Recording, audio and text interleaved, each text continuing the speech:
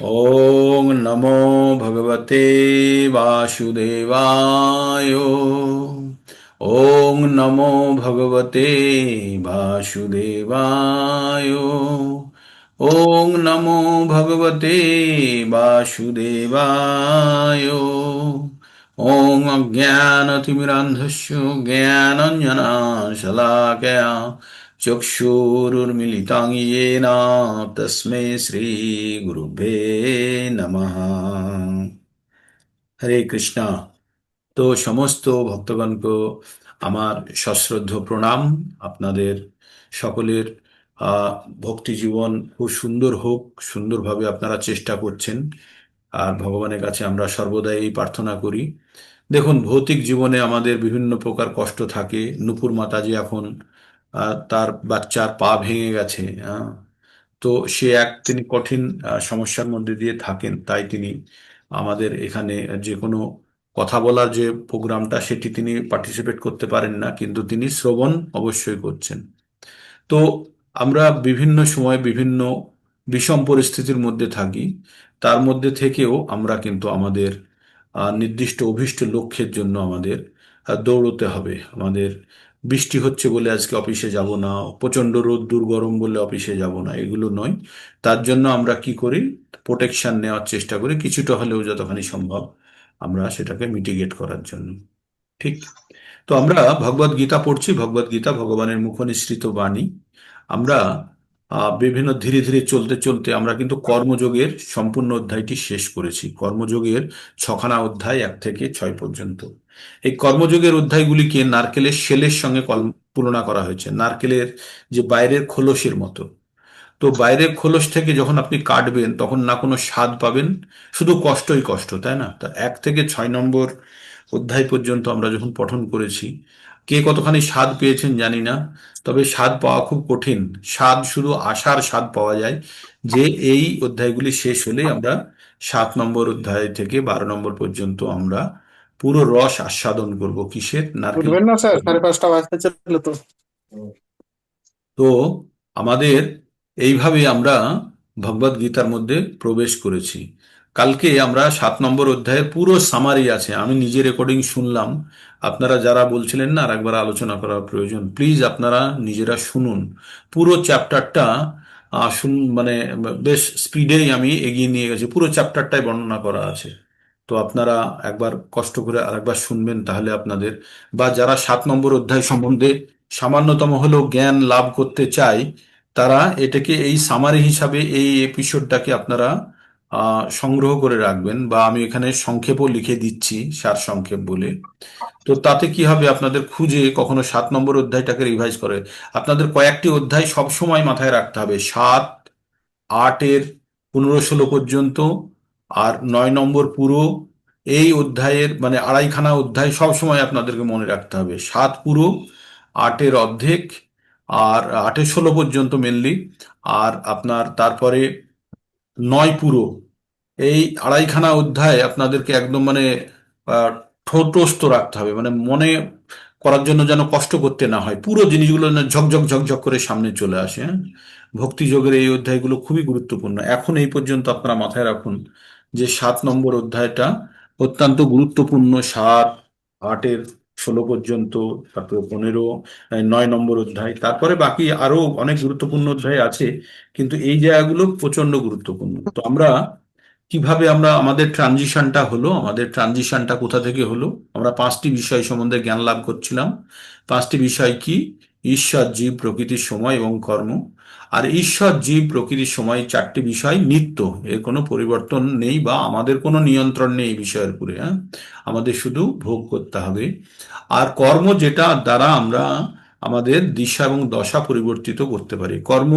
কর্মের ফলস্বরূপ আমরা বিভিন্ন ধরনের কষ্ট ভোগ করি। কালকে আমি ছোট একটা 7 মিনিটের একটা ক্লিপ বানিয়েছিলাম, ইংরেজিতেই ছিল, যে আমরা এই মনুষ্য জীবনে কষ্ট পাই কেন, তার কারণ কি? মূল কারণ হচ্ছে আমরা ভৌতিক জীবনে ভৌতিক জীবনে আমরা আহ, অজ্ঞানতার কারণে। অজ্ঞানতা কি? আমরা আমাদের জীবনের লজিক জানি না, আমরা জীবনের প্রকৃত জ্ঞান নেই। আমরা পূর্ববর্তী জীবনে যেমন কর্ম করেছি সেই কর্মের ফলস্বরূপ বর্তমান জীবন আমরা ভোগ করি। আর এখানে একটা জিনিস জানতে হবে, আমরা নিউটনের সূত্র কি জানি, প্রত্যেক ক্রিয়ার সমান ও বিপরীত প্রতিক্রিয়া আছে। আপনি একটা দেওয়ালে যদি জোরে ঘুষি মারেন, দেওয়ালও আপনাকে ততখানি ফোর্স দিয়ে ঘুষিটাকে ফেরত দেবে, তাই আমাদের হাতে যন্ত্রণা হয় বা ব্যথা হয়, তাই না? তো তেমনি তেমনি আমরা যদি কোনো পাপ কাজ করে থাকি, তাহলে সেই পাপকে পূর্ণ করার জন্য আমাদের ততখানি আমাদের কিন্তু আমাদের ততখানি কিন্তু আমাদের ওই পাপ কাজের জন্য আমাদের কষ্ট ভোগ করতে হবে, তবেই আমাদের ওই পাপটা ক্ষয় হবে। যেমনটা আমি কালকে বলছিলাম যে একটা আপনার বাগান আছে, বাগানের মধ্যে একটা 2 ফুট 2 ফুট 2 ফুট বাই একটা যদি আপনি গর্ত বানিয়ে নিন, একটা পিট বানিয়ে নিন ছোট করে, আর ওইখান থেকে আপনি মাটি তুলে বার করে নিলেন, আপনি যে ওই জায়গাটায় গর্ত বানালেন, ওই গর্তটা কি এমনি বন্ধ হয়ে যাবে? যতক্ষণ না পর্যন্ত যতখানি মাটি তুলেছেন ততখানেই মাটি ভরতে হবে, তবেই ওই গর্তটি বন্ধ হবে। তো তেমনি আমরা জীবনে যতখানি আমরা অন্যায় করেছি, যতখানি আমরা পাপ করেছি, সমস্ত পাপ যতক্ষণ না পর্যন্ত আমাদের সমাপ্ত হচ্ছে, ততক্ষণ পর্যন্ত কিন্তু আমাদেরকে কষ্ট ভোগ করতে হবে।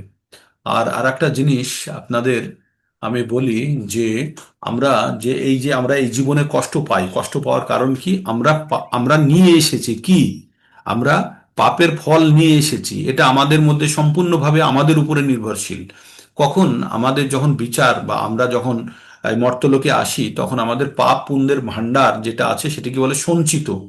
আর ওই সঞ্চিত থেকে যতখানি এই জীবনের জন্য নিয়ে আসি, সেটি হচ্ছে আমাদের প্রাপ্য। প্রারব্ধ। প্রারব্ধ, হ্যাঁ, ঠিক, ও ঠিক বলেছেন, প্রারব্ধ। তো এই প্রারব্ধ কতখানি নিয়ে আসছি সেটিও আমার উপরে নির্ভর করছে। তার মানে আমাদের যখন কখনো ধার থাকে, তখন আমরা কি করি?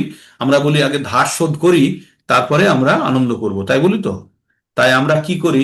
যদি আমাদের অনেক বেশি পাপ জমা থাকে, তাহলে আমরা অনেকখানি পাপ আর তার সামনে একটু পুণ্য নিয়ে চলে আসি, যে আগে পাপটাকে ক্ষয় করে ফেলি।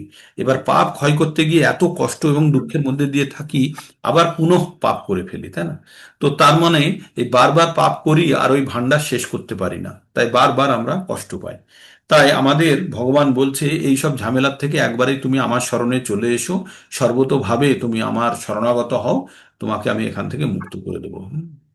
তো এই বলে ভগবান ওই 16 নম্বর 18 নম্বর অধ্যায়ের 66 নম্বর শ্লোক বলেছিলেন। বলেছিলেন, সর্বধর্মান পরিত্যাজ্য মাম একম শরণাম ব্রজ, অহম ত্বাম সর্ব পাপে ভো মুক্ষয়িষ্যামি মা শুচো।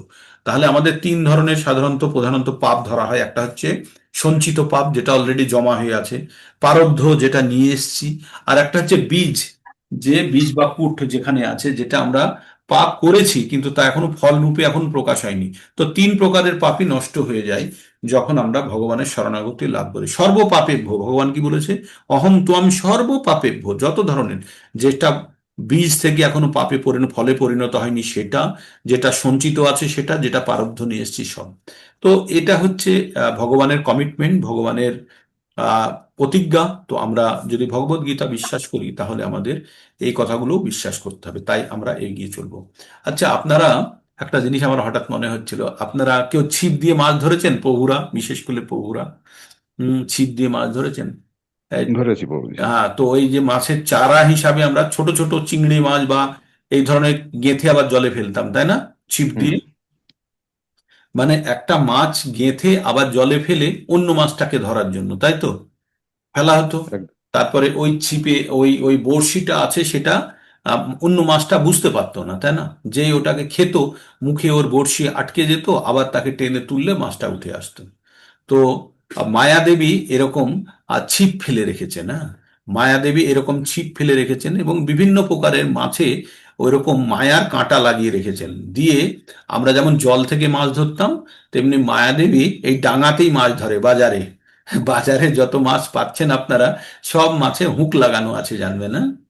আর যে সেইগুলো সেইগুলোতে আমাদের মতো বড় বড় মাছেরা ওইগুলোকে দেখে আটকে যায়, আর আমরা বুঝতে পারি না যে ওতে বড়শি লাগানো আছে, হ্যাঁ? আর ওই বড়শিতে যখন আমরা ওই মাছটাকে আমরা যখন বাড়িতে এনে যখন ওটাকে মানে পাকিয়ে যখন গ্রহণ করা হয়, তখন কিন্তু বড়শিতে আটকে গেলাম। কোন বড়শি? মায়ার বড়শিতে, হ্যাঁ। মায়া কোন বড়শি দিয়ে আটকালো? আমাদের রজগুণের বড়শি দিয়ে আটকালো। আর এই রজগুণ কি করে আমাদের? এই রজগুণ আমাদের কি করে? রজগুণ আমাদের প্রেমটাকে নষ্ট করে দেয়। আমাদের প্রেমটাকে নষ্ট করে কিসে পরিণত করে দেয়? কামে কামে। পরিণত করে দেয়। আর যখন এই কামে পরিণত করে দেয়, তখন আমরা আমাদের প্রকৃত পরিচয় ভুলে যাই। ভুলে আমরা কি করি?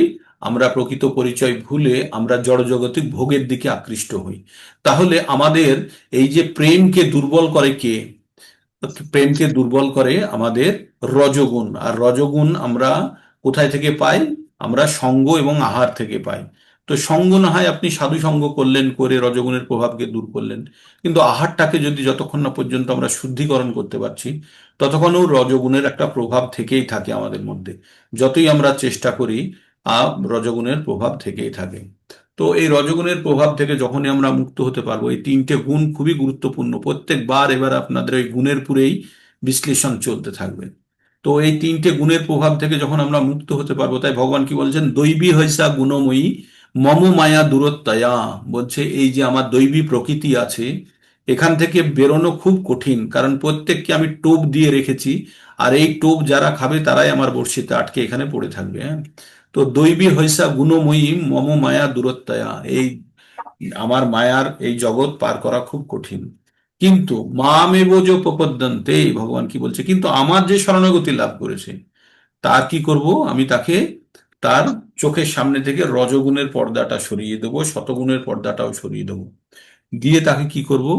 আহ মামে যে প্রপদ্যন্তে মায়ামেতং তরন্তিতে, এই ভবসাগর, এই যে জড় জগতের মধ্যে জন্ম মৃত্যু জরা ব্যাধি আদি ভৌতিক আদি আত্মিক আর আদি দৈবিক, এই 7 প্রকার সমস্যার মধ্যে দিয়ে আমরা যাই, তার থেকে আমরা মুক্ত হতে পারবো। তো এইভাবে ভগবানের শরণাগতির কথা ভগবান বলেছেন। তারপরে বলেছেন যারা অল্প বুদ্ধি সম্পন্ন মনুষ্য, যারা ভৌতিক কামনা বাসনাকে চরিতার্থ করতে চায়, তারা দেবদেবতার পুজো করে, এবং দেবদেবতার থেকে পুজো করে যে ফল পাওয়া যায় তার অন্তবৎ আছে এবং তার শেষ আছে, তাই সেটি ক্ষণিকের। তাই যারা বুদ্ধিমান ব্যক্তি, আগের শ্লোকে আমরা পড়েছি, না তেষু রমতে বুধা, যারা বুদ্ধিমান ব্যক্তি তারা ক্ষণিকের লাভের জন্য, প্রেয়র জন্য দৌড়য় না, তারা শ্রেয়র জন্য দৌড়য়, তাই না? বিবেকবান পুরুষেরা, আমরা পড়লাম না 23-এ, আপনারা প্রেজেন্টেশন দিলেন। আহ जो हि সংস্পর্শজা ভোগা দুঃখ জানয় এ বতে আদি অন্তগন্ত কন্তেও না তেষু রমতে বুধা। তো বুদ্ধিমান ব্যক্তিরা তাতে রমন চায় না, তারা তার থেকে আনন্দ লাভ করতে চায় না, টেম্পোরারি প্লেসার তারা চায় না। তাই অল্প বুদ্ধি সম্পন্ন মনুষ্যরা দেবদেবতার কাছে কামনা করে যে ফল পায়, সেই ফল ক্ষণিকের জন্য, ভগবান তাই বললেন। তারপরে বললেন, ভগবানকে বললেন, ভগবানকে জানা খুব কঠিন। ভগবান যেখানে সেখানে প্রকট হন না। ভগবান কি বলেছেন? যে আমি নাহং প্রকাশং সর্বস্ব যোগমায়া সমাদৃত সমাবৃত মূঢ়াহং নাভিজানতি মামেব পরমব্যয়ম। ভগবান বললেন যে আমাকে যারা মূঢ়া, যারা বুদ্ধিহীন, তারা আমাকে জানতে পারে না, আমার পরম ভাব আমাকে সেই রূপে আমাকে জানতে পারে না। হ্যাঁ, নাহং প্রকাশং সর্বস্ব যোগমায়া সমাবৃতঃ মূঢ়াহং নাভিজানতি লোকো মামো অজম অব্যয়ম। আমি যে অব্যয়, আমি যে অক্ষয় এবং অজম, আমার যে জন্ম হয় না, সেটি জানতে পারে না। কারা? যারা মূঢ় ব্যক্তিরা। তারপরে ভগবান বললেন বেদাহং সমেত তানি সম অতীতানি বর্তমানানি চ অর্জুনা। বেদাহং সম অতীতানি বর্তমানানি চ অর্জুনা ভবিষ্যামি চ ভূতানি মাং তু বেদনা কোশ্চেন। আমি প্রত্যেকের অতীত বর্তমান এবং ভবিষ্যৎ সম্বন্ধে জানি, কিন্তু আমার সম্বন্ধে কেউ জানে না। ভগবান সম্বন্ধে জানলে কি হয় আপনারা জানেন? হুম, জন্ম কর্ম চ মে দিব্যম এবং যে ব্যক্তি তত্ত্বত তক্তাদেহং পুনর্জন্ম নৈতি মামেতি সহর্জুন। 4.11 ভগবান বলে রেখেছে না? 4.9-এ, 4.9-এ বলে রেখেছে তো। হুম। আর আপনাদের ঘরে কি টাঙিয়ে রাখবেন? হুম, ঘরে টাঙিয়ে রাখবেন কি প্রিন্ট করে? যে যথা মাম প্রপদ্যন্তে তাং তথৈব ভজম্যে অহম। হ্যাঁ, মমো বর্তানু অনুবর্তন্তে মনুষ্য পার্থ সর্বস্ব। 4.11 টাঙিয়ে রাখবেন ঘরে প্রিন্ট করে। এটাতে জানা যাবে যে আমরা যেভাবে ভগবানকে চাইবো, ভগবান সেইভাবে আমাদেরকে প্রতিদান দেবেন। তো তারপরে ভগবান কি বললেন? যে ইচ্ছাদেশ সমুত্থেন দ্বন্দ্ব মোহেন ভারত সর্বভূতানি সম্মোহং স্বর্গে যান্তি পরন্তপ। হে ভারত, ইচ্ছা দেশ থেকে উদ্ভূত দ্বন্দ্বের দ্বারা বিভ্রান্ত হয়ে জীব মোহাচ্ছন্ন অবস্থায় জন্মগ্রহণ করে। তাহলে আমরা যে জন্মগ্রহণ করি, আমরা মোহাচ্ছন্ন অবস্থায়, কারণ আমাদের পূর্ববর্তী জীবনের ইচ্ছা রয়ে গেছে। আর ভগবান তার আগের শ্লোকে কি বললেন? 28-এ, 7-এর 28 খুব গুরুত্বপূর্ণ আপনারা। আচ্ছা, পরের শ্লোকটা মুখস্থ করবেন, সেটি কি? येषां तन्तगतं पापं জননাং পুণ্য কর্মণাং তে দ্বন্দ্বমোহর নির্মুক্তা ভজন্তে মাম দৃঢ়ব্রতা। ভগবান বললেন, যার পাপ সম্পূর্ণভাবে দূরীভূত হয়েছে পুণ্যবান ব্যক্তিদের মতো, সে দ্বন্দ্ব আর মোহ থেকে মুক্ত হয়ে সর্বদা দৃঢ়ভাবে ভগবানের ভজনা করে। এই শ্লোকটিকে আবার আমরা ইন্টিগ্রেট করি 10.10-এর সঙ্গে। এবার সেখানে কি বলছে 10.10-এ? সেখানে বলছে তেষাং সতত যুক্ত নাং ভজতং প্রীতিপূর্বকাম। এখানে কি বললো? যে শেষে কি বললো? যে দৃঢ়ভাবে ভজনা করতে পারে কে? যার পাপ সম্পূর্ণভাবে দূরীভূত হয়েছে, সে সে ভগবানের ভজনা করতে পারে। কিভাবে ভজনা করতে পারে? দৃঢ়ভাবে ভজনা করতে পারে। এইবার পরে ভগবান বলছে, কেউ যখন দৃঢ়ভাবে ভগবানের ভজনা করে তখন তাকে কি হয়? তেষাং সতত যুক্ত নাম ভজতাং প্রীতিপূর্বকম দদামি বুদ্ধি যোগম তাম এনু মায়ু পায়ন্তিতে। তো ভগবান বললেন যে যে আমাকে দৃঢ়ভাবে সর্বদা আমার ভজনা করে, তাকে আমি বুদ্ধি যোগ দিই, আর বুদ্ধি যোগ দ্বারা সে যেন আমার কাছে চলে আসতে পারে। সেটি 10.10-এ পূর্ব। তাহলে আমাদের এখানে কি দৃঢ়ভাবে ভজনা করার জন্য আমাদেরকে ভগবান একটা রাস্তা বললেন। তারপরে কি বললেন? যারা জন্ম মৃত্যু জরা ব্যাধি থেকে যারা মুক্তি চায়, কি বলছে? জরা মরণ মোক্ষায় মামাশ্রিত যজন্তি। যারা আমার পুরে আশ্রয় গ্রহণ করে জরা মরণ থেকে মুক্তি চায়, মোক্ষ চায়, তে ব্রহ্ম তদ্বিদুহু কিচ্ছন্নধাতং কর্ম চ অখিলম। বলছে তারা প্রকৃতপক্ষে ব্রহ্মভূত, কারণ তারা আধ্যাত্ম তত্ত্ব এবং কর্মতত্ত্ব সম্বন্ধে সম্পূর্ণ অবগত। তার মানে আপনারা যখন আধ্যাত্ম তত্ত্ব এবং কর্মতত্ত্ব সম্বন্ধে সম্পূর্ণভাবে অবগত হয়ে যাবেন, তখন আপনারা ব্রহ্মভূত স্থিতি পাবেন, যেটা গুণাতীত অবস্থা। আপনারা কিন্তু জ্ঞান পেয়ে গেছেন, আপনারা গুণাতীত অবস্থায় কি হয় সে জ্ঞানও আছে আপনাদের কাছে। আপনাদের কাছে আপনাদের কাছে কর্মতত্ত্ব আছে, আছে না? কর্মতত্ত্ব সম্বন্ধেও আপনাদের জ্ঞান আছে।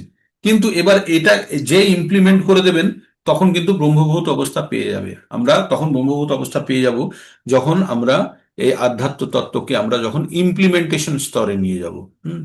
কিন্তু যদি ইমপ্লিমেন্টেশনে না নিয়ে যায়, তখন জ্ঞান স্তরে পড়ে থাকবে। আর জ্ঞান স্তরের ব্যক্তিদের দশা কি?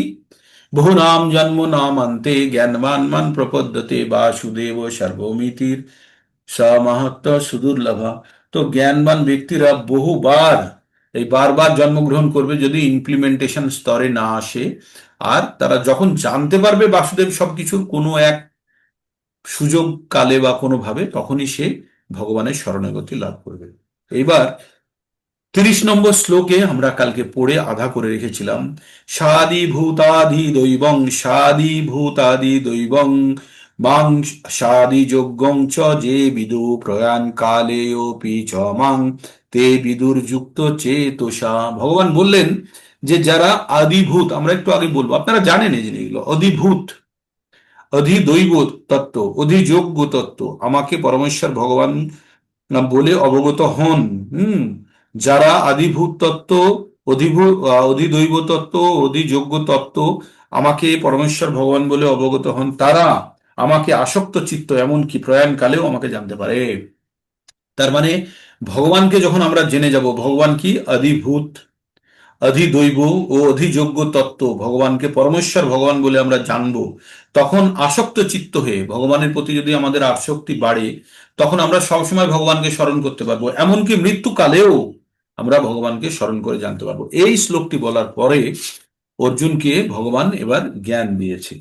এইবার আমরা এর একটু ব্যাখ্যাটা পড়ে নেব। কিসের? এই 8 নম্বরের। এটি আমরা পরবর্তীতে আবার এই 30 নম্বর শ্লোকটি থেকেই শুরু হবে আমাদের অধ্যায়টি। কোন অধ্যায়টি? 8 নম্বর অধ্যায়। তো 8 নম্বর অধ্যায়ে আমরা প্রবেশ করব। তার আগে 1 মিনিটের একটু আমি ব্রেক চাই, ততক্ষণ একজন কেউ জব।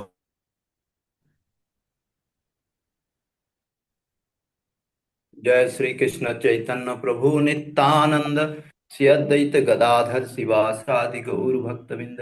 हरे कृष्ण कृष्ण कृष्ण हरे हरे, हरे राम राम राम हरे हरे। हरे कृष्ण कृष्ण कृष्ण हरे हरे, हरे राम राम राम हरे हरे। हरे कृष्ण कृष्ण कृष्ण हरे हरे, हरे राम राम राम हरे हरे।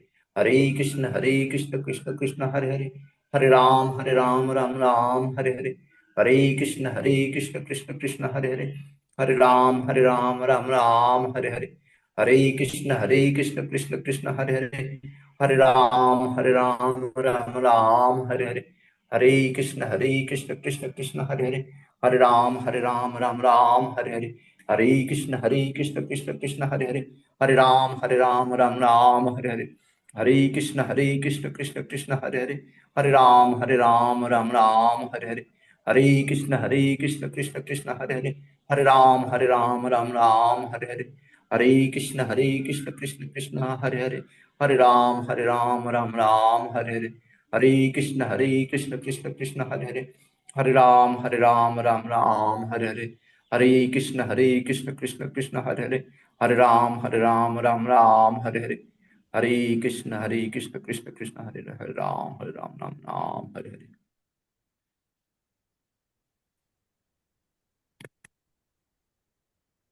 হরে কৃষ্ণা। আমি ফেরত 8 নম্বর অধ্যায়ে আমরা প্রবেশ করলো। তাহলে এখানে কি কি কথা বললো বললো? আদি, আদি ভূত, আদি যজ্ঞ আর আদি দৈব, তিনটে কথা এখানে বলেছে। আর কি বলেছে? যে ভগবানকে, যে এই সম্বন্ধে যে অবগত হবে সে মৃত্যুকালেও ভগবানকে স্মরণ করতে পারবে। হ্যাঁ, এই কথাটা, মৃত্যুকালেও সে ভগবানকে স্মরণ করতে পারবে। সবসময় তো করবেই, এবং মৃত্যুকালেও করবে। তো কৃষ্ণ ভাবনায় ভাবিত হয়ে যিনি ভগবানের সেবা করেন তিনি কখনোই পরমেশ্বর ভগবানকে সম্পূর্ণভাবে উপলব্ধির পথ থেকে বিচ্যুত হন না। কথাটি শুনুন। যারা কৃষ্ণ ভাবনায় ভাবিত হয়ে ভগবানের সেবা করেন তিনি কখনোই পরমেশ্বর ভগবানকে সম্পূর্ণরূপে উপলব্ধির পথ থেকে বিচ্যুত হন না। কৃষ্ণ ভাবনাময় অপ্রাকৃত সান্নিধ্য লাভ করার ফলে মানুষ বুঝতে পারে যে ভগবান কিভাবে সমস্ত জড় জগতের নিয়ন্তা, এমনকি দেবদেবতাদেরও নিয়ন্তা। এইভাবেই অপ্রাকৃত সান্নিধ্য লাভ করার ফলে ধীরে ধীরে পরমেশ্বর ভগবানের প্রতি মানুষের বিশ্বাস দৃঢ়, এবং মৃত্যুর সময়েও এই ধরনের কৃষ্ণ ভাবনাময় ব্যক্তি শ্রী ভগবানকে ভোলেন না, শ্রীকৃষ্ণকে ভোলেন না। স্বভাবত স্বভাবত তিনি ভগবানের কৃপা লাভ করে অনাশয়ে ভগবানের অপ্রাকৃত ধাম গোলক বৃন্দাবনে উন্নীত হন। এই সত্যম অধ্যায়ে বিশেষ করে ব্যাখ্যা করা হয়েছে কিভাবে পূর্ণ কৃষ্ণ চেতনা লাভ করা যায়। কৃষ্ণ ভাবনাময় ব্যক্তির সান্নিধ্যেই ফলেই কৃষ্ণ ভাবনা শুরু হয়। এই ধরনের সঙ্গ পারমার্থিক, এবং তা লাভ করার ফলে সরাসরি ভগবানের সঙ্গে সংযোগ হয়। যখন তার কৃপার ফলে জানতে পারা যায় যে শ্রীকৃষ্ণই পরমেশ্বর ভগবান, সেই সঙ্গে এটিও জানা যায় যে জীব স্বরূপত কৃষ্ণ দাস, এবং কিভাবে জীব কৃষ্ণকে ভুলে যায়, জাগতিক কর্মের বন্ধনে আবদ্ধ হয়ে পড়ে। সৎসঙ্গের প্রভাবে সেই কৃষ্ণ ভাবনায় ক্রমান্বয়ে উন্নতি সাধন করার ফলে জীব হৃদয়ঙ্গম করতে পারে যে কৃষ্ণকে ভুলে যাওয়ার ফলেই জড়জগতিক অনুশাসনে আবদ্ধ হয়ে পড়েছে। সে আরো বুঝতে পারে যে এই মনুষ্য জীবন লাভ করার ফলে সে কৃষ্ণ ভাবনাকে বিকশিত করে তোলবার জন্য এক মহৎ সুযোগ লাভ করেছে, এবং ভগবানের অহৈতুকী কৃপা লাভ করবার ফলে এই সুযোগের পূর্ণ সদ্ব্যবহার করা উচিত। এই অধ্যায়ে নানা বিষয়ে আলোচনা করা হয়েছে। আর্ত জিজ্ঞাসু অর্থার্থী, ব্রহ্মজ্ঞান, পরমাত্মা জ্ঞান, জন্ম মৃত্যু জরা ব্যাধির হাত থেকে মুক্ত হওয়ার উপায়, ভগবানের আরাধনা। তবে যিনি যথার্থ কৃষ্ণ ভাবনামৃত লাভ করেছেন তিনি আর অন্য কোনো পদ্ধতিকেই কোনো রকম ভাবে গুরুত্ব দেন না। তিনি কেবল কৃষ্ণ ভাবনায় মগ্ন হয়ে সর্বদাই ভগবানের সেবায় নিজেকে নিয়োজিত করেন। এভাবেই যিনি কৃষ্ণের নিত্য দাস রূপে তার স্বরূপে অধিষ্ঠিত, সেই অবস্থায় তিনি শুদ্ধ ভক্তি সহকারে ভগবানের লীলা শ্রবণ কীর্তন মহানন্দ লাভ অনুভব করেন। তিনি নিশ্চিতভাবে জানেন যে তার উদ্দেশ্য, এভাবেই তার সমস্ত উদ্দেশ্য সাধিত হবে। এই সুদৃঢ় বিশ্বাসকে বলা হয় দৃঢ়ব্রত, আর এটি ভক্তিযোগ বা অপ্রাকৃত ভগবত সেবার প্রারম্ভ।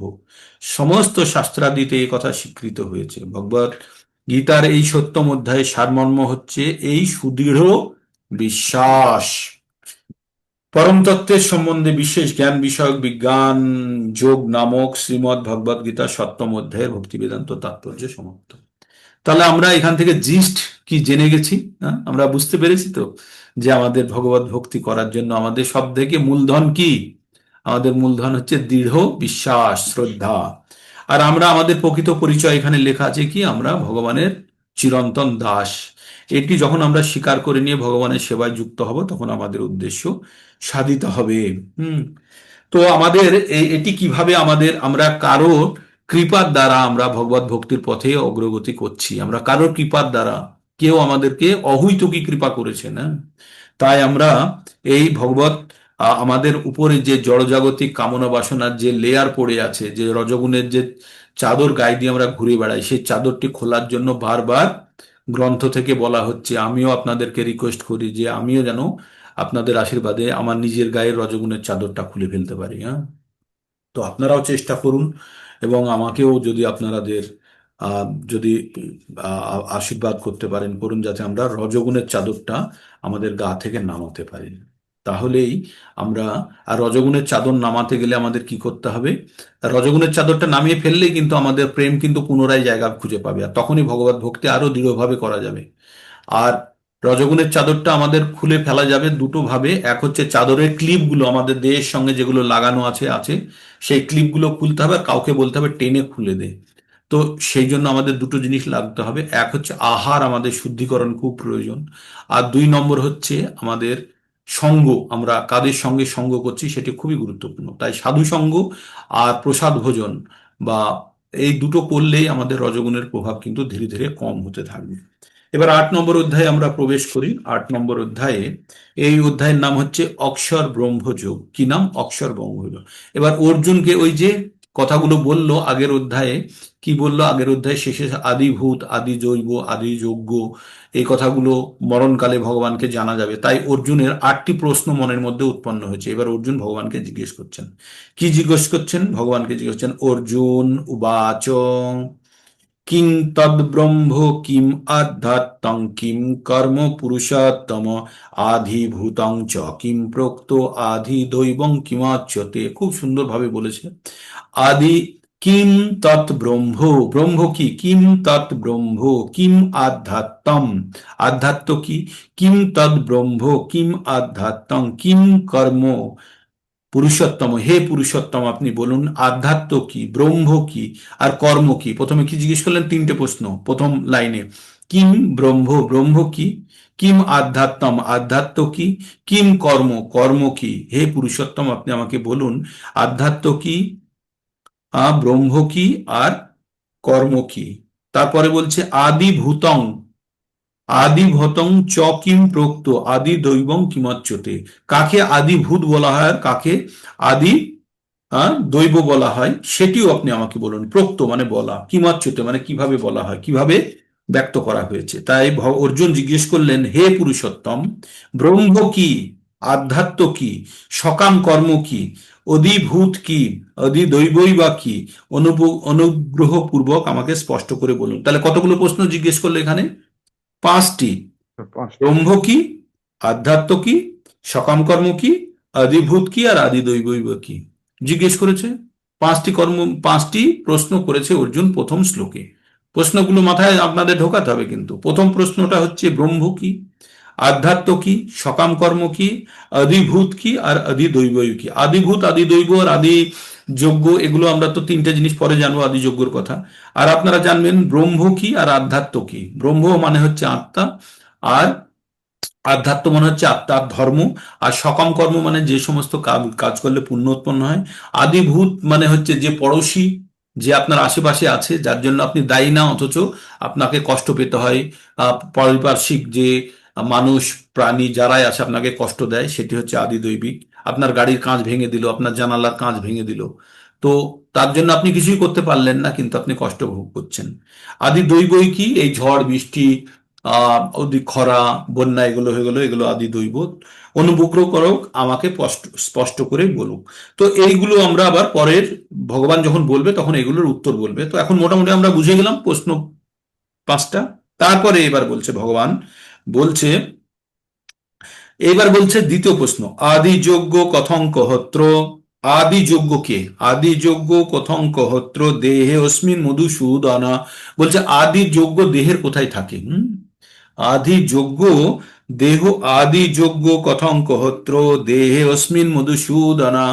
আর আদি যজ্ঞ আমরা আগে কি বললাম? আদি দৈব আর আদি, আদি দৈব আর আদি ভূত। হ্যাঁ, কি? এবার বলছে আদি যজ্ঞ কথং, আদি যজ্ঞ কোথায় থাকে, আদি যজ্ঞ কি আমরা সেটা জানবো, তারপরে জানবো কোথায় থাকে। হ্যাঁ, দেহে অস্মিন মধুসূদন প্রয়াণ কালে চ, এবার মৃত্যুর সময় কথং জ্ঞেয়সি নিয়তাৎ নভি। এবার বলছে প্রয়াণ কালে চ কথং জ্ঞেয়সি নিয়তাত্মভি, বলছে এবার যে মৃত্যুর সময় কিভাবে, প্রয়াণকালে বা মৃত্যুর সময় কিভাবে ভগবানকে আত্মসংযমের দ্বারা স্মরণ করবে। তাই বলছে হে মধুসূদন, এই দেহে আদি যজ্ঞকে, আমাদের দেহে আদি যজ্ঞকে, দেহের মধ্যে তিনি কিভাবে অবস্থান করেন, আর মৃত্যুকালে জিতেন্দ্রীয় ব্যক্তিরা কিভাবে তোমাকে জানতে পারে। তো 8টি প্রশ্ন হলো।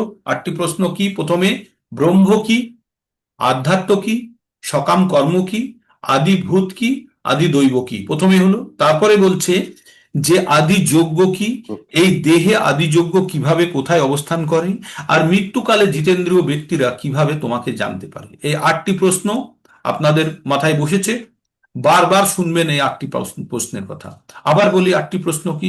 এক হচ্ছে ব্রহ্ম কি, 2 হচ্ছে আধ্যাত্ম কি, 3 হচ্ছে সকাম কর্ম কি, 4 হচ্ছে আদি ভূত কি, 5 হচ্ছে আদি দৈব কি, 6 হচ্ছে আদি যজ্ঞ কি, 8 হচ্ছে এই দেহে কিভাবে তিনি আদি যজ্ঞ অবস্থান করেন, আর 8 হচ্ছে মৃত্যুর সময় জিতেন্দ্রীয় ব্যক্তিরা ভগবানকে কিভাবে স্মরণ করতে পারে। 8টি প্রশ্ন জানা গেল। এবার ভগবান উত্তর দিচ্ছেন। এবার ভগবান কিভাবে উত্তর দিচ্ছেন এই 8টি প্রশ্নের।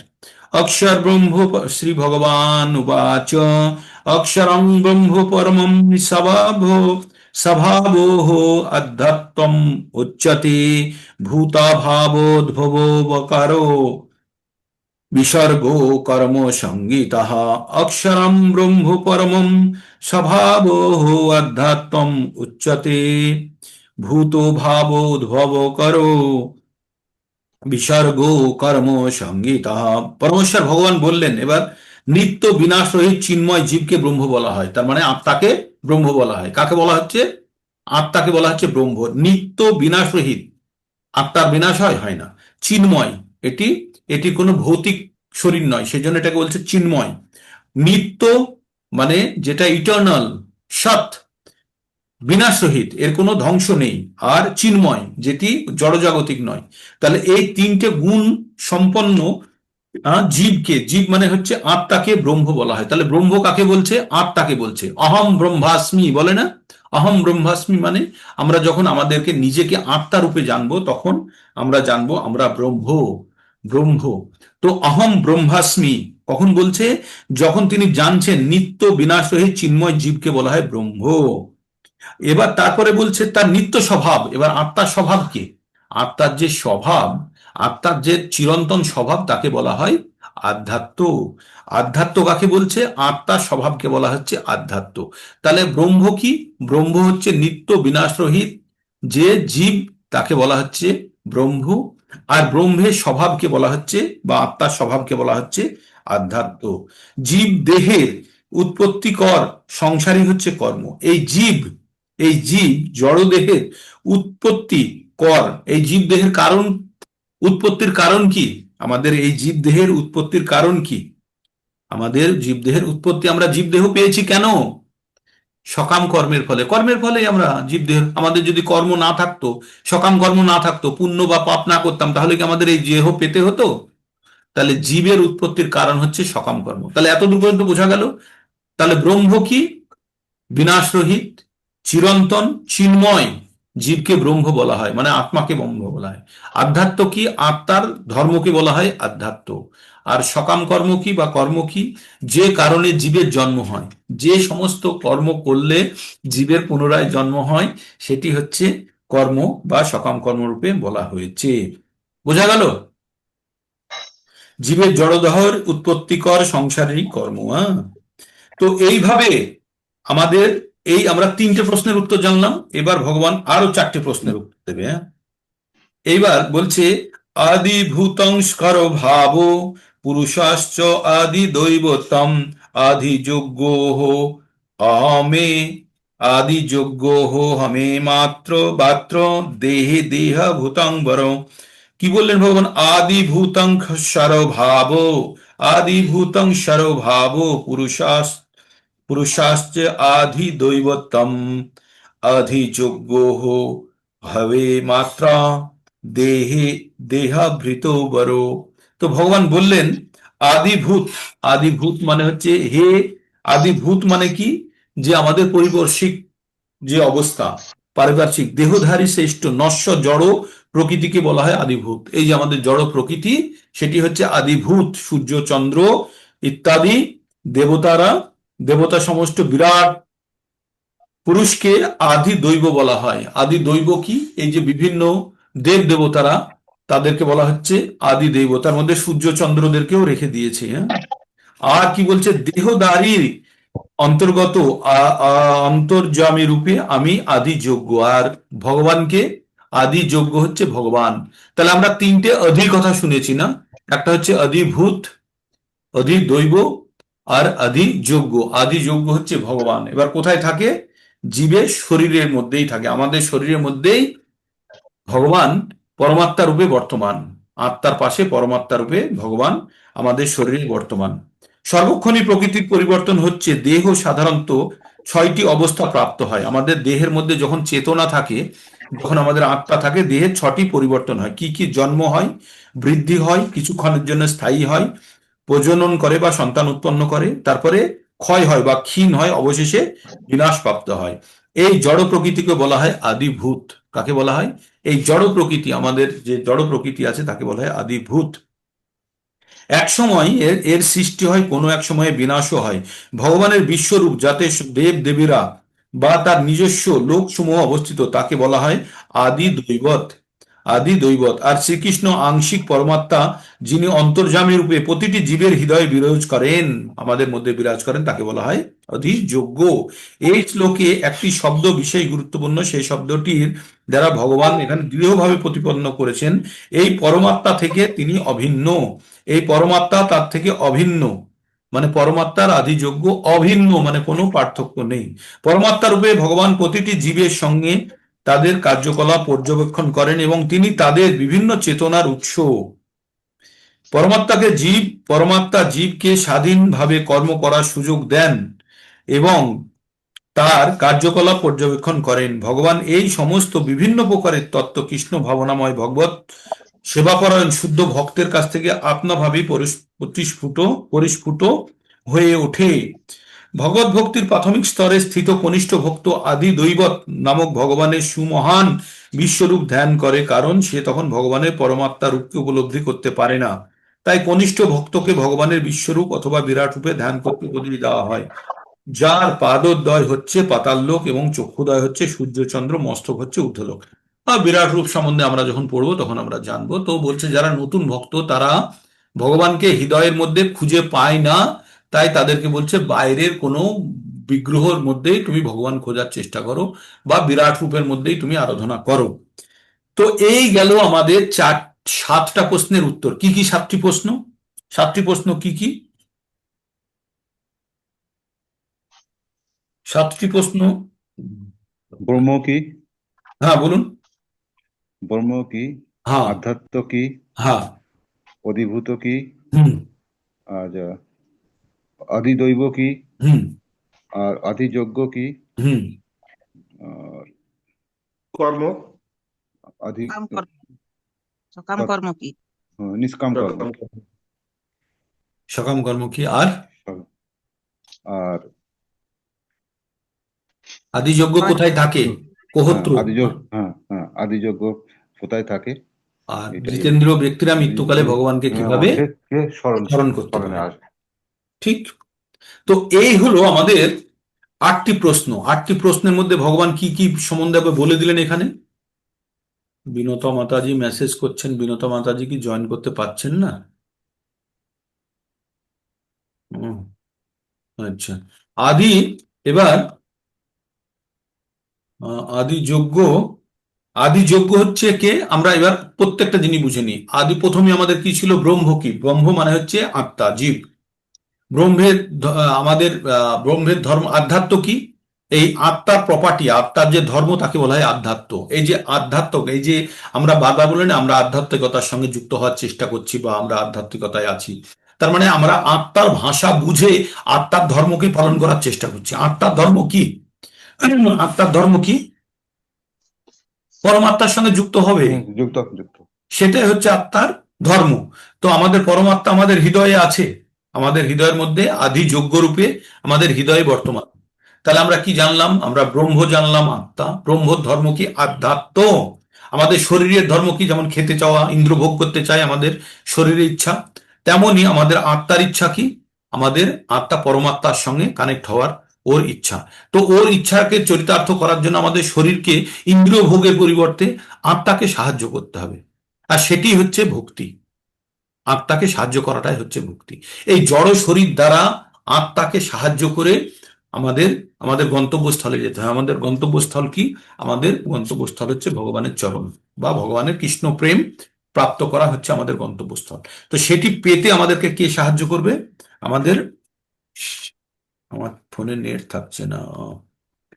তো এটা পেতে আমাদের কে সাহায্য করবে?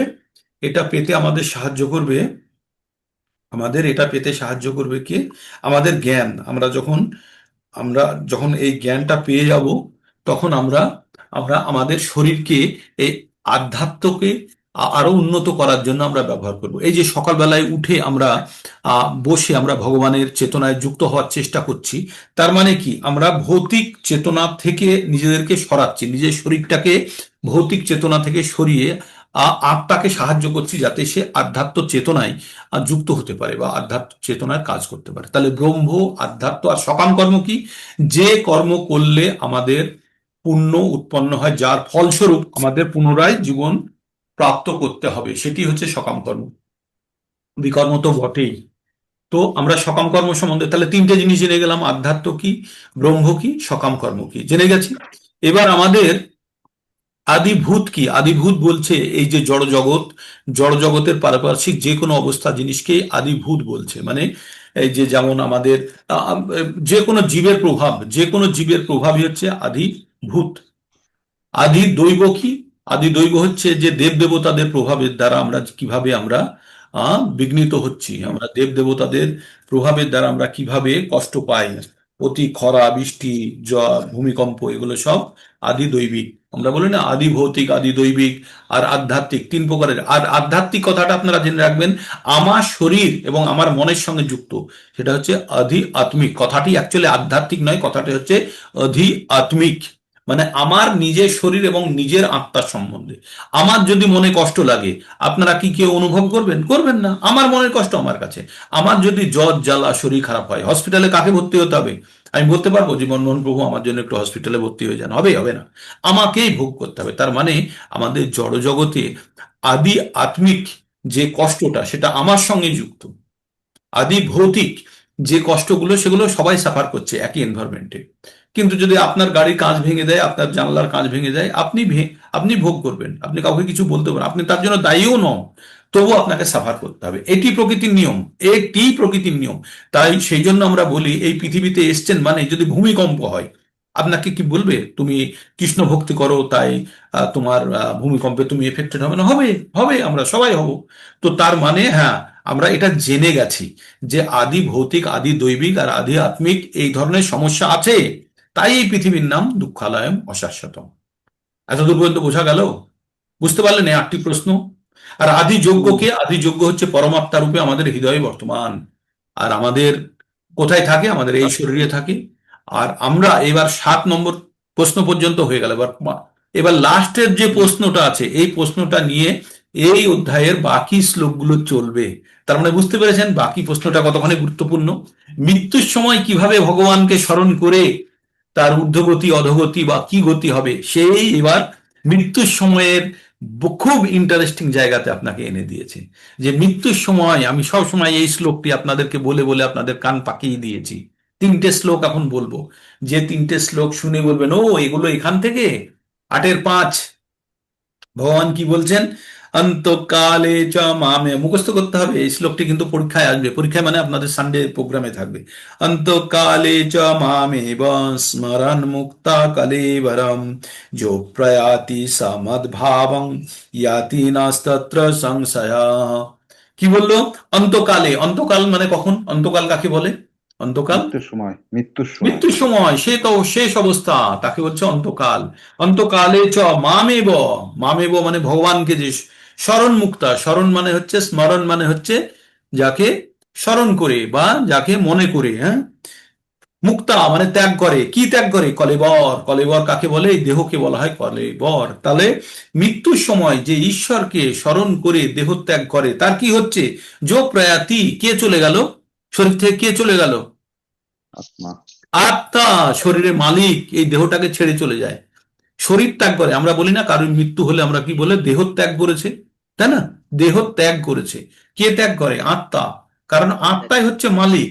সে যেমন কেউ বাড়ি ছেড়ে চলে গেলে বলে গৃহ ত্যাগ করেছে, তেমন শরীর ছেড়ে চলে গেলে তাকে বলা হয় দেহ ত্যাগ করেছে। তাই বলছে মৃত্যুর সময় যদি কেউ এই শরীর ত্যাগ করার সময় যো প্রয়াতি অন্তকালে চ মামেব, ভগবানকে স্মরণ করে যে দেহত্যাগ করে, প্রয়াতি যে চলে গেল, সমদ ভাবং, সে আমার ভাব পাবে। মত ভাবং, সে আমার ভাব পাবে। কার ভাব পাবে? ভগবানের। ईश्वरेर। ইয়াতি, লাভ করবে। নাস্তত্র, নেই কোনো সংশয়, কোনো সংশয় নেই, মানে গ্যারান্টি ভগবানের। আবার এতে কোনো সন্দেহ নেই যে মৃত্যুর সময় কেউ যদি ভগবানকে স্মরণ করে সে যে ভগবানের ভাব পাবে তাতে কোনো সন্দেহ নেই। গ্যারান্টি নম্বর 1 চলছে ভগবানের এখন। মৃত্যুর সময় যে ভগবানকে স্মরণ করে দেহত্যাগ করবে সে অবশ্যই ভগবানের ভাব প্রাপ্ত হবে, সে ভগবানের ধাম পাবে, সে জন্ম মৃত্যুর চক্রে পুনরায় আসবে না। লাগছে কঠিন লাগছে না ইন্টারেস্টিং লাগছে? ইন্টারেস্টিং লাগছে। মৃত্যুর সময় যিনি আমাকে মানে ভগবানকে স্মরণ করে দেহত্যাগ করেন তিনি তৎক্ষণাৎ আমার ভাবি প্রাপ্তন। তৎক্ষণাৎ, 3 বছর 4 বছর ওয়েটিং পিরিয়ড নেই, সঙ্গে সঙ্গে ইনস্ট্যান্ট কানেকশন, এ বিষয়ে কোনো সন্দেহ নেই। এই শ্লোকে কৃষ্ণ ভাবনামৃত্যের গুরুত্ব আরোপ করা হয়েছে। কৃষ্ণ ভাবনাময় ভাবিত হয়ে দেহত্যাগ করলে তৎক্ষণাৎ ভগবত ধামে প্রবেশ করা যায়। পরমেশ্বর ভগবান সকল শুদ্ধ সত্তার মধ্যে শুদ্ধতম, সুতরাং নিরন্তর কৃষ্ণ ভাবনায় মগ্ন হয়ে ব্যক্তি শুদ্ধ সত্তার মধ্যে শুদ্ধতম হয়ে ওঠেন। এখানে স্মরণ কথাটি অত্যন্ত গুরুত্বপূর্ণ। যে সমস্ত জীবেরা অশুদ্ধ, যারা কখনোই ভগবত ভক্তি সাধন করেনি, তাদের পক্ষে ভগবানকে স্মরণ করা অসম্ভব। তাই জীবনের সূচনা থেকে কৃষ্ণ ভাবনায় অনুশীলন করা উচিত। জীবনের শেষে সার্থকতা অর্জন করতে হলে শ্রীকৃষ্ণের স্মরণ অপরিহার্য। তাই সর্বক্ষণ অবিরতভাবে হরে কৃষ্ণ মহামন্ত্র জপ করা উচিত। হরে কৃষ্ণ কৃষ্ণ কৃষ্ণ হরে হরে, হরে রাম রাম রাম হরে হরে কীর্তন করতে হয়। শ্রীকৃষ্ণ চৈতন্য মহাপ্রভু উপদেশ দিয়েছেন যে প্রত্যেককে তরুর মতো সহিষ্ণু, তরিব সহিষ্ণু না হওয়া উচিত। যে ব্যক্তি হরে কৃষ্ণ কীর্তন করবেন তার অনেক বাধা বিঘ্ন আসতে পারে, কিন্তু এই সমস্ত বাধা বিঘ্নগুলোকে সহ্য করে যে অনবরত হরে কৃষ্ণ কৃষ্ণ কৃষ্ণ হরে হরে, হরে রাম রাম রাম হরে হরে কীর্তন করে যেতে হবে, যাতে জীবনের অন্তিমকালে তিনি কৃষ্ণ ভাবামৃতের পূর্ণ সুফল লাভ করতে পারেন। কতখানি গুরুত্ব বুঝতে পারলেন? তাহলে কৃষ্ণ ভাবনামৃত হওয়া কতখানি গুরুত্বপূর্ণ বুঝতে পারলেন? যে আমরা কেন প্রতিনিয়ত ভগবানের জপ করি, যাতে মৃত্যুর সময় অটোমেটিক্যালি আমাদের স্মরণে আসে। একটা জিনিস জানবেন, স্মরণ হতে হবে। মুখ দিয়ে কেউ আপনার কানের কাছে এসে বলল, তাতে আপনার যদি স্মরণ না হয়, আপনি পরীক্ষার হলে নকল করবেন, কারোর থেকে শুনে লিখবেন তো, কিন্তু আপনি যদি সে লিখতেই না জানেন তাহলে কি করে শুনে লিখবেন? তো তেমনি আমাদের এখানে যদি আমরা বলে না কানে হরিনাম দে, কিচ্ছু হবে না। কানে হরিনাম দিলে কিচ্ছু হবে না, কানের মধ্যে প্রবেশই করবে না, কারণ সে কখনো অভ্যাসই করেনি। তাই মৃত্যুর সময় কানে হরিনাম দিলে হবে না, তাকে কিভাবে স্মরণ করানো যায় সেটা দেখতে হবে। তাহলে স্মরণ করানোর জন্য কি করতে হবে? প্রতিনিয়ত যে অভ্যাস করেছে, যে আগে পড়েছে, তাকে যদি নকল করতে দেন তাহলে সে সহজেই নকল করতে পারবে না। যে পড়ে এসছে একটু বলে দিলে লিখে ফেলতে পারবে, কিন্তু যে একবারই পড়েনি তাকে আপনি যতই বই খুলে দিনও লিখতে পারবে না। তো তেমনি যে কখনোই ভগবানের শরণাগতি লাভ করেনি, তার কানে হরিনাম দিলেও সে সেটি গ্রহণ করতে পারবে না। ভগবানকে স্মরণ করতে হবে, শ্রবণ করলে হবে না, স্মরণ। তাই ভগবানকে স্মরণ করতে হবে। এবার পরের শ্লোকটি, এটি আরেকটি কালজয়ী শ্লোক। এবার ভগবানকে মৃত্যুর সময় যারা স্মরণ করবে তারা কি পাবে? কি পাবে? এতক্ষণ কি বুঝলেন? যারা মৃত্যুর সময় ভগবানকে স্মরণ করবে তারা কি পাবে? আনমিউট করে বলুন। তৎক্ষণাৎ ভগবানের ধামে যাবে। ভগবানের ভাব পাবে, ভগবানের ভাব পাবে এবং ভগবানের ধামে প্রবেশ করবে তৎক্ষণাৎ। আর কোনো চ্যানেল নেই তার, একদম সরাসরি বাইপাস। যে মৃত্যুর সময় ভগবানকে স্মরণ, কিন্তু মৃত্যুর সময় ভগবানকে স্মরণ করা খুব কঠিন। কারণ 40,000 কাঁকড়া বিছের মতো যন্ত্রণা উপলব্ধ হয় যখন মৃত্যুবরণ করে। আপনাদের যদি একটা ফোন থাকে, এই ফোনটি হাত থেকে পড়ে গিয়ে ডিসপ্লে ভেঙে যায় যদি, কতখানি মন খারাপ হয়। সারাদিন খাওয়া দাওয়া বন্ধ, মন খারাপ, 2,000 টাকা 3,000 টাকা লাগবে আবার ঠিক করাতে, কোথায় পাবো, কেন, এই কার কামে অন্যায় করেছি আমার ফোনটি ভেঙে গেল, সারাদিন মন খারাপ থাকে থাকে তো। সামান্য একটা ফোন কিছু পয়সা খরচা করলে সেটা ঠিক হয়ে যায়। আর এই দেহের মধ্যে আমরা যারা বাস করছি এতদিন ধরে, এই দেহটা কি বিভিন্ন কাজে ব্যবহার করেছি, এই দেহকে যখন আমরা ত্যাগ করব তখন এটা অতি সহজ হবে না। এই দেহ ত্যাগ করার সময় প্রচন্ড আমাদের যন্ত্রণা এবং কষ্টের মধ্যে যেতে হবে, তখন ভগবানকে স্মরণ করা কিন্তু খুব কঠিন। যদি অভ্যাস না থাকে তাহলে স্মরণ করা খুব কঠিন। তাই ভগবান বলছে মৃত্যুর সময় কেউ যদি ভগবানকে স্মরণ না করে অন্য কিছু স্মরণ করে তার কি হয়, বলছে ভগবান বলছে। আর অন্য কিছু স্মরণ কখন আসবে, ভগবান বলছে সারা দিন যে যে জিনিসটা ভাবতে থাকে সেটি মৃত্যুর সময় স্মরণ আসবে। এই বাবলু, ওই রাম, এই বিকাশ, আয় দেখ আমার এই হচ্ছে ওই হচ্ছে, আমার ওই ব্যবসাতে ওইখানে দেখ ওইখানে জল বেরিয়ে যাচ্ছে, ওইখানে দেখ ওই লোক আসেনি এখনো। এগুলো সব সময় যে সব সময় যে জড়জাগতিক কার্যকলাপে ব্যস্ত থাকে, মৃত্যুর সময় সেইগুলোই তার মাথায় আসবে।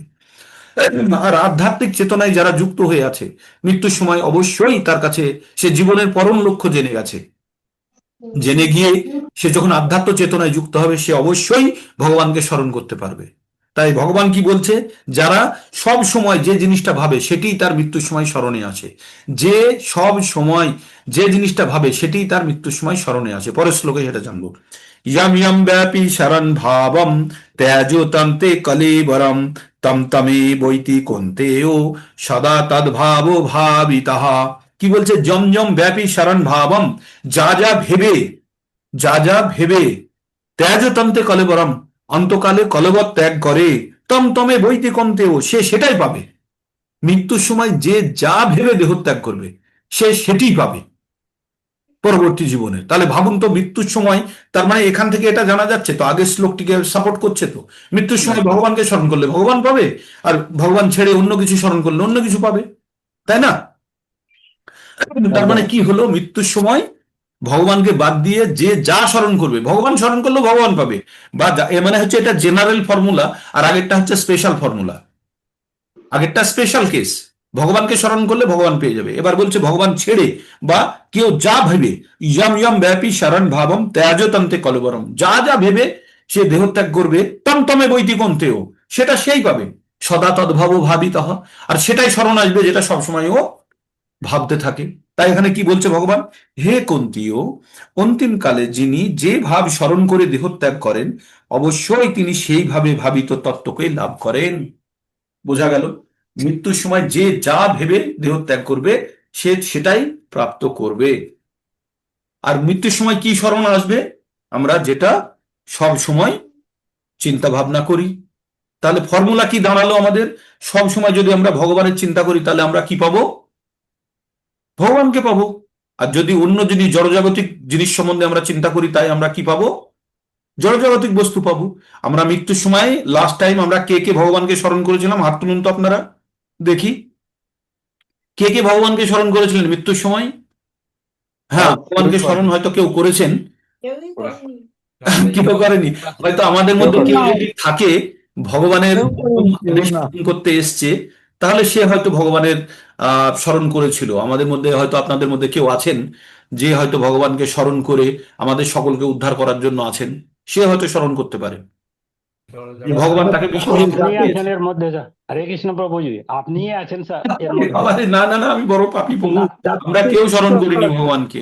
মানে আমার দিক থেকে তো আমি আগেই বলছি, আমি তো কেউ করিনি। আপনাদের মধ্যে কেউ যদি কোনো জায়গাতেও যদি সূক্ষ্মভাবে থেকে আমাদের যদি ভগবত মার্গের জন্য নিয়ে যেতে পারেন, তাহলে সে কিন্তু হলো কিছুটা হলো পাশ দিয়ে গেছে, মন্দিরের পাশ দিয়ে গেছে, হরে কৃষ্ণ মহামন্ত্র হচ্ছে একটু শুনে চলে গেছে, বাস এতটুকুই হয়তো আমাদের সুকৃতি থাকতে পারে, যার ফলে আমরা আজকের দিনে আমরা ভগবানের কথা আলোচনা করছি। ঠিক, তো তার মানে এখানে একদম সলিড আমরা দুখানা ক্লু পেয়ে গেলাম, মৃত্যুর সময় ভগবানকে স্মরণ করলে ভগবান, আর অন্য কিছু স্মরণ করলে অন্য কিছু। এবার বলুন আপনারা কি স্মরণ করবেন এখন, তাহলে আমাদের কি করা উচিত বলুন, এখন কি করা উচিত তাহলে? ভগবানেরই স্মরণ করা ওই উচিত। লাইব্রেরিতে খালি ম্যাথের বই রাখতে হবে। লাইব্রেরিতে ক্লাস 7 এর অঙ্কের বই না, হ্যাঁ। যে কোনো বই টানলেই যেন অঙ্কের বইটাই বেরিয়ে আসে, তাই তো? ক্লাস 7-এর অঙ্ক বই, সে রাত্রি হোক, দিন হোক, অন্ধকার হোক, ঝড় হোক, বৃষ্টি হোক, কিচ্ছুতে কিছু, দরজা খুলে ঘরে ঢুকে যে কোনো একটা বই টানলেই যেন ক্লাস 7-এর অঙ্ক বইটা বেরিয়ে আসে। কারণ লাইব্রেরি কিসে ভর্তি? শুধু একটা বই দিয়ে ভর্তি করা আছে। পুরো দুনিয়াকে আপনি চিট করছেন যে পুরো মাথার মধ্যে ভগবানের নাম ভরে রেখেছেন, যে কোনো জিনিস স্মরণ করলেই ভগবানের নাম আসবে, আসবে তো? আর তার মানে এক্স এক্স লিখে যেতাম। তো তাহলে এইবার আপনাদের একটা আমি উদাহরণ দিয়ে বারবার বলতাম। এইবার 7 নম্বর প্রশ্নটা শুনুন, ভগবান কি বলছে। আপনারা যেটা বললেন সেটাই ভগবান বলছে। ভগবান অর্জুনকে এবার বলছে, তসমাদ সর্বেষু কালেষু মাম অনুসরম যুদ্ধ চ ময়্যর্পিত মনোবুদ্ধির মামেব এষস্য অসংশয়। ভগবান কি বললেন? তসমাদ সর্বেষু কালেষু মাম অনুসরম যুদ্ধ চ। এবার পরের ও একটাই শব্দ, ময়্যর্পিত মনোবুদ্ধির মামেব এষস্য অসংশয়। তো ভগবান বললেন তসমাদ, তাই সব সময় তুমি আমাকে স্মরণ করে যুদ্ধ করো। অর্জুনকে যুদ্ধ করতে গিয়ে বললেন কেন? অর্জুন ক্ষত্রিয়, যে যে বর্ণে এবং ধর্মে আছে আমরা সেইখানে থেকে সেই কাজই করি। কিভাবে করতে হবে? তসমাদ সর্বেষু কালেষু মাম অনুসরম যুদ্ধ চ, আমাকে স্মরণ করে তুমি যুদ্ধ করো। তাই ভগবানকে যখন স্মরণ করে আমরা যুদ্ধ করব তখন কি হবে? যুদ্ধে যদি জিতি তাহলে যে কাজের জন্য যুদ্ধটা করছি সেই কাজটা পেয়ে গেলাম। আর যদি হেরে যায়, যদি মৃত্যুবরণ করি, যখনই মৃত্যু হোক ভগবানকে স্মরণ করে মৃত্যুবরণ করছি তো বাস, তাহলে ফর্মুলা নম্বর 1 কাজে লেগে যাবে। ফর্মুলা নম্বর 1 কি?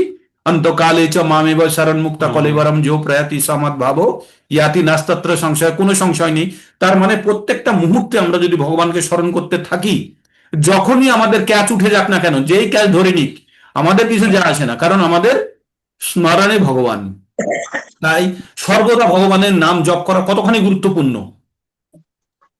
তাই একটা আপনাদের উদাহরণ দিয়ে আগে বলছিলাম, একটা পরীক্ষা দিচ্ছেন আপনারা, একটা পরীক্ষা দিচ্ছেন, যারা জানেন তারা বলবেন না, মানে যারা পুরনো তারা বলবেন না, নতুনদের জন্য এই পরীক্ষাটা। আপনি একটি পরীক্ষা দিচ্ছেন, পরীক্ষার খাতায় বলেছে, কোশ্চিন হচ্ছে যে আপনাকে এক্স লিখতে হবে ওয়ার্ডের শেষে, কোনো শব্দের শেষে বা লাস্ট অক্ষর যেটা দরকার সেটা হচ্ছে এক্স লিখতে হবে। আপনার পরীক্ষার কোশ্চিন হচ্ছে আপনাকে শেষে এক্স লিখতে হবে শেষে। আর পরীক্ষা কিন্তু যখন তখন খাতা টেনে নেওয়া যাবে, টেনে নেবে। আর আরেকটা কথা হচ্ছে, পরীক্ষার যখন খাতা আপনার কাছে থাকবে আপনি বসে থাকতে পারবেন না, আপনাকে কিছু না কিছু লিখতেই হবে। বলুন এবার কি লিখবেন? ভাস্কর প্রভু বলুন, ভাস্কর প্রভু বলুন কি লিখবেন যাতে আপনার শেষ লেখাটা এক্স হয়? দোলা চক্রবর্তী মাতাজি বলুন কি লিখবেন যাতে শেষ লেখাটা এক্স হয়? X, X, X, X, X, X, X. বাস, you have pass the examination.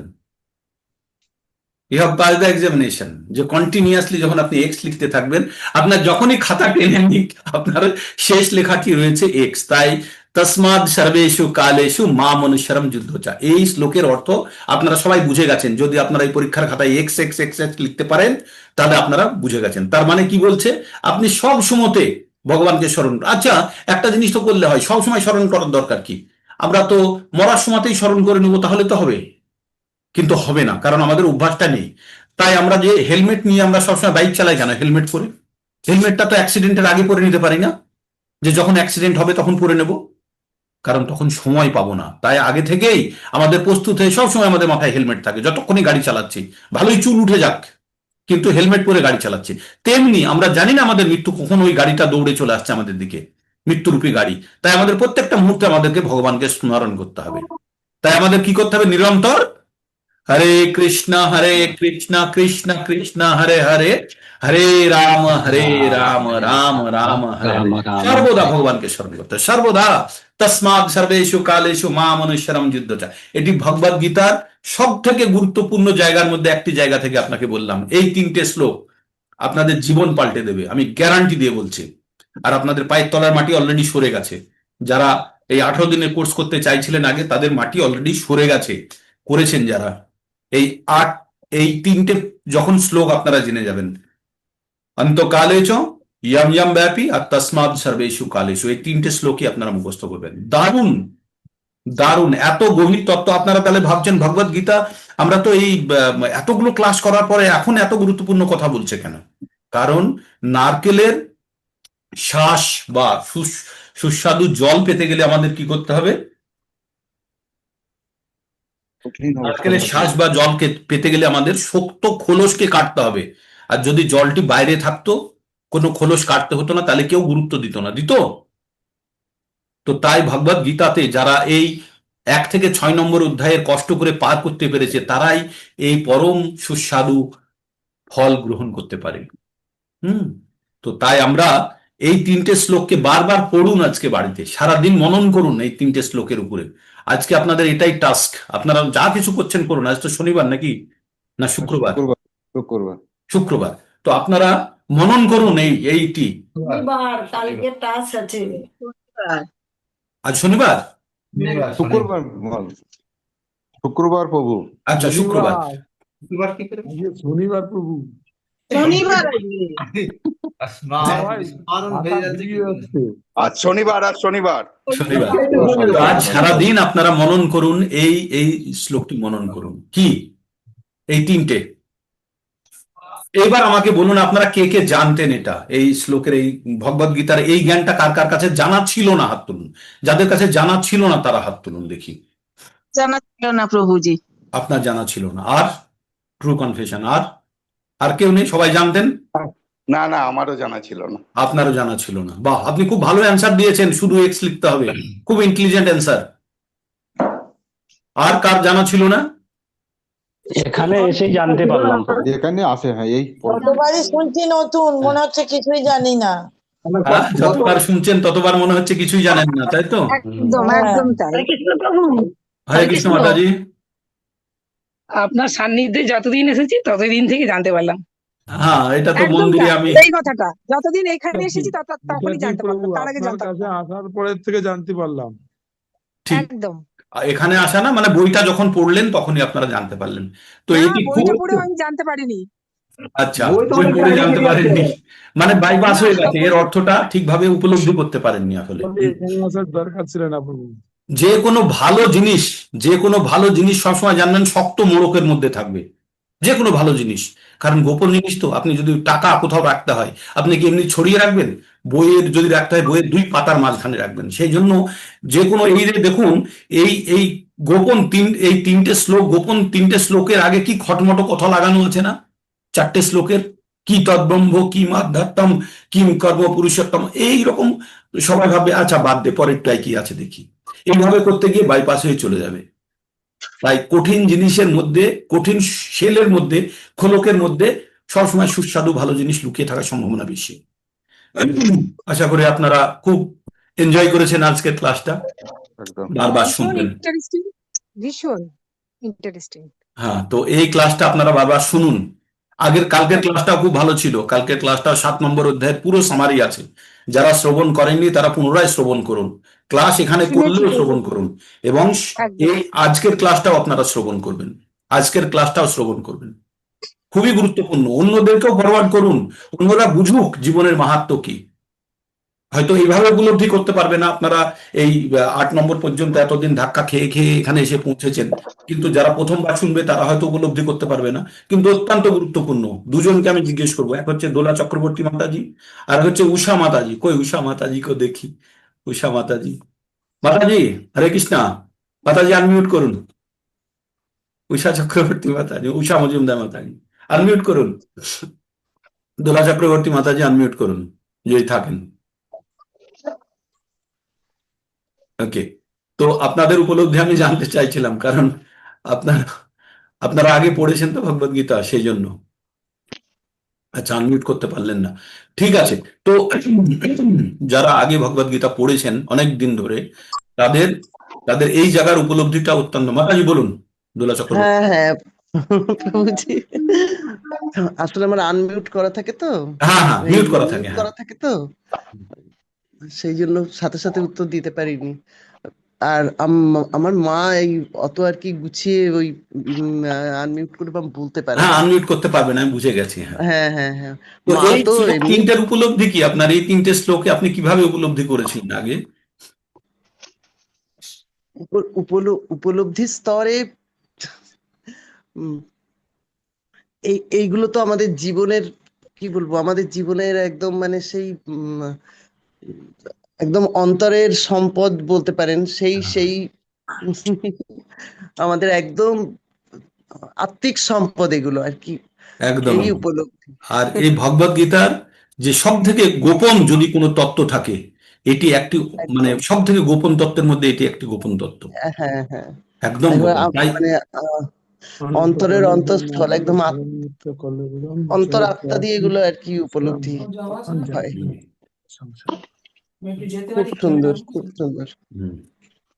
তো তাহলে আমরা আমরা এই তিনটে শ্লোককে আপনারা একটু ভালো করে মনন করুন, না ভালো করে মনন করুন, এটি শ্রবণ করুন এবং বোঝার চেষ্টা করুন। বইতেও যে ব্যাখ্যা লেখা আছে আপনারা পড়ুন, খুবই গুরুত্বপূর্ণ। আপনাদের প্রত্যেকটা বলছে, আপনাদের জীবন পাল্টে যাবে এই তিনটে শ্লোককে যদি আপনারা ধরে রাখতে পারেন, গ্যারান্টেড আপনাদের জীবন পাল্টাবেই। হরে কৃষ্ণ প্রভুজি, বলুন মাতাজি, বলুন। বলছি কাল সানডে কি হবে, কোনটার উপর হবে? দিয়েছি তো, ওই 6-6।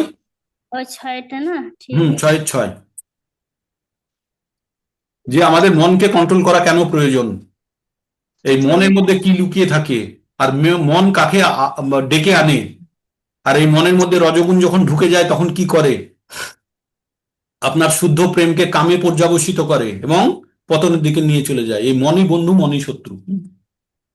হরে কৃষ্ণ প্রভুজি, বলুন মাতাজি।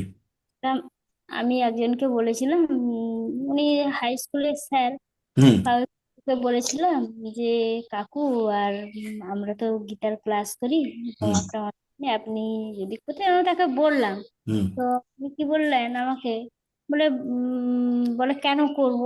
হ্যাঁ আমি বলি, এই তো ভগবানের মুখনিসৃত বাণী, হ্যাঁ, হ্যাঁ তো আমাদের তো এটা সবারই একটা শুনতে ইচ্ছে করে।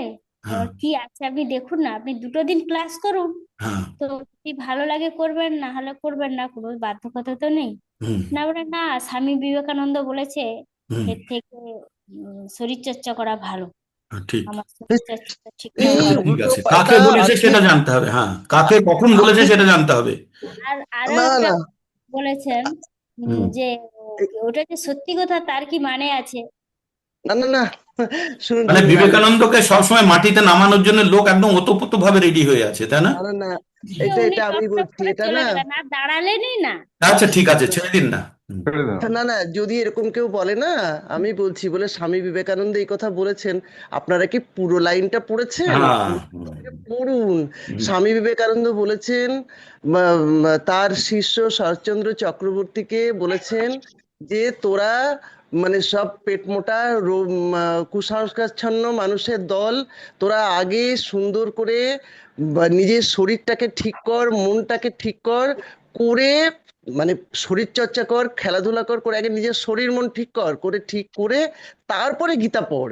তা নাহলে গীতার মর্মার্থ কিচ্ছু বুঝবি না। আগে নিজের মন শরীর ঠিক করে তারপরে গীতা পাঠ কর, তবেই তার অন্তর্নিহিত মানেটা বুঝতে পারবি।